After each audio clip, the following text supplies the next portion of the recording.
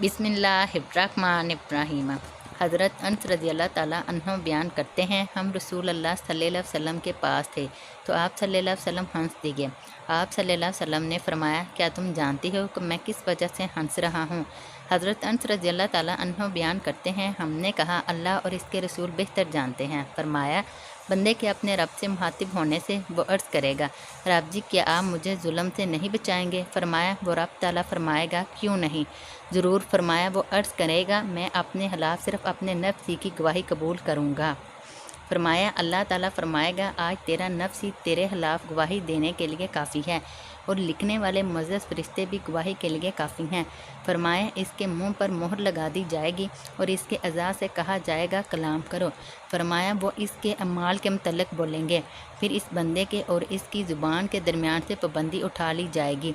फरमाया, वो अपनी ज़ुबान से बोल कर कहेगा, तुम्हारे लिए दूरी हो और हलाकत हो, मैं तो तुम्हारी ही तरफ से झगड़ता था। मिशकातुल मसाबी हदीस नंबर 5554। हज़रत अबू हुरैरा रज़ी अल्लाह ताला अन्हु बयान करते हैं, सहाबा ने अर्ज़ किया, अल्लाह के रसूल, क्या हम रोज़े क़यामत अपने रब को देखेंगे? आप सल्लल्लाहु अलैहि वसल्लम ने फरमाया, क्या तुम दोपहर के वक़्त जब के मतलब अबर आलूद ना हो सूरज देखने में कोई तकलीफ़ महसूस करते हो? उन्होंने अर्ज़ किया, नहीं। आप सल्लल्लाहु अलैहि वसल्लम ने फरमाया, क्या तुम 14वीं रात जब के मतलब अबर आलूद भी ना हो चाँद देखने में कोई तकलीफ़ महसूस करते हो? उन्होंने अर्ज़ किया, नहीं। आप सल्लल्लाहु अलैहि वसल्लम ने फरमाया, इस ज़ात की कसम जिसके हाथ में मेरी जान है, तुम अपने रब के दीदार में बस इतनी तकलीफ़ महसूस करोगे जिस तरह तुम इन दोनों सूरज और चाँद में से किसी एक को देखने में तकलीफ़ महसूस करते हो। आप सल्लल्लाहु अलैहि वसल्लम ने फरमाया, अल्लाह ताला बंदे से मुलाकात करेगा तो वो फरमाएगा, ए फ़लाँ, क्या मैंने तुम्हें इज़्ज़त नहीं बख्शी थी?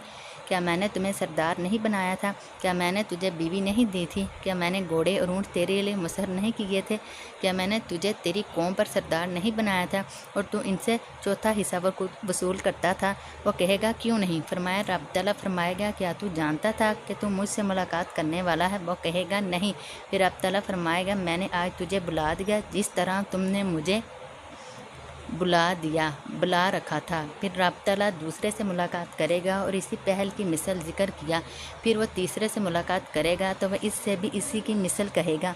वो अर्ज़ करेगा, रब जी, मैं आप पर, आपकी किताब पर और आपके रसूलों पर ईमान लाया, मैंने नमाज़ पढ़ी, रोज़ा रखा, सदका किया और वो जिस कदर हो सका अपनी तारीफ़ करेगा। रब ताला फरमाएगा, यही ठहरो। फिर कहा जाएगा, मैं अभी तुझ पर गवाह पेश करते हैं। वो अपने दिल में गौर फिक्र करेगा, वो कौन है जो मेरे खिलाफ गवाही देगा? इसके मुंह पर मोहर लगा दी जाएगी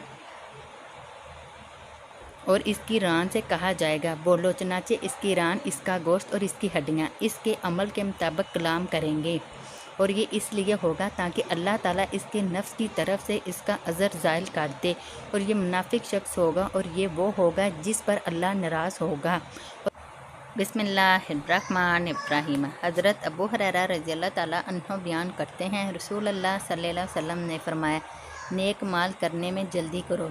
अलामात क़यामत के ज़हूर से पहले जो कि 6 हैं, धुआं, तजाल, दाबतुल अर्ज़ और सूरज का मगरब से तलू होना, नीज़ वो आम फितना मौत जो आम लोगों को हलाक कर देगा और ख़ास फितना जो तुम्हारे ख़ास को फना कर देगा। मिशकातुल मसाबी हदीस नंबर 5465। हज़रत अब्दुल्ला बिन अमर रज़ी अल्लाह ताला अन्हु बयान करते हैं, मैंने रसूल अल्लाह सल्लल्लाहु अलैहि वसल्लम को फरमाते हुए सुना, अलामात क़यामत में से पहली समावी अलामत सूरज का मगरब से तलू होना है और चास के वक़्त दाबा हैवान का लोगों के सामने निकलना है।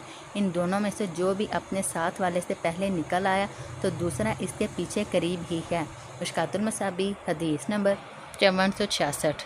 हज़रत अबू हुरैरा रज़ी अल्लाह ताला अन्हु बयान करते हैं, रसूल अल्लाह सल्लल्लाहु अलैहि वसल्लम ने फरमाया, 3 निशानियाँ जब इनका ज़ुहूर हो जाए तो इस वक्त किसी शख्स का ईमान लाना इसके लिए नफ़ामंद नहीं होगा, बशर्ते कि वो इससे पहले ईमान ना लाया हो या इसने हालत ईमान में नेक काम ना किए हों। सूरज का मगरब से तलू होना, दज्जाल और दाबतुल अर्ज़ का निकलना। मिशकातुल मसाबी हदीस नंबर 5467। हज़रत अबू ज़र रज़ी अल्लाह ताला अन्हु बयान करते हैं, रसूल अल्लाह सल्लल्लाहु अलैहि वसल्लम ने फरमाया, کیا تم جانتے ہو کہ سورج غروب ہونے کے بعد کہاں جاتا ہے؟ میں نے عرض کیا اللہ اور اس کے رسول بہتر جانتے ہیں۔ آپ صلی اللہ علیہ وسلم نے فرمایا وہ جانتا ہے، حتیٰ کہ عرش کے نیچے سجدہ ریز ہو کر مشرق سے طلوع ہونے کی اجازت طلب کرتا ہے، اسے اجازت دے دی جاتی ہے، اور قریب ہے کہ وہ سجدہ کرے اور اسے قبول نہ کیا جائے، وہ اجازت طلب کرے اور اسے اجازت نہ دی جائے، اور اسے کہا جائے جہاں سے آئے ہو وہیں چلے جاؤ، وہ مغرب سے طلوع ہوگا، اور یہ اللہ تعالیٰ کا فرمان ہے۔ سورج اپنی قرارگاہ کی طرف چل رہا ہے، فرمایا اس کی قرارگاہ عرش کے نیچے ہے۔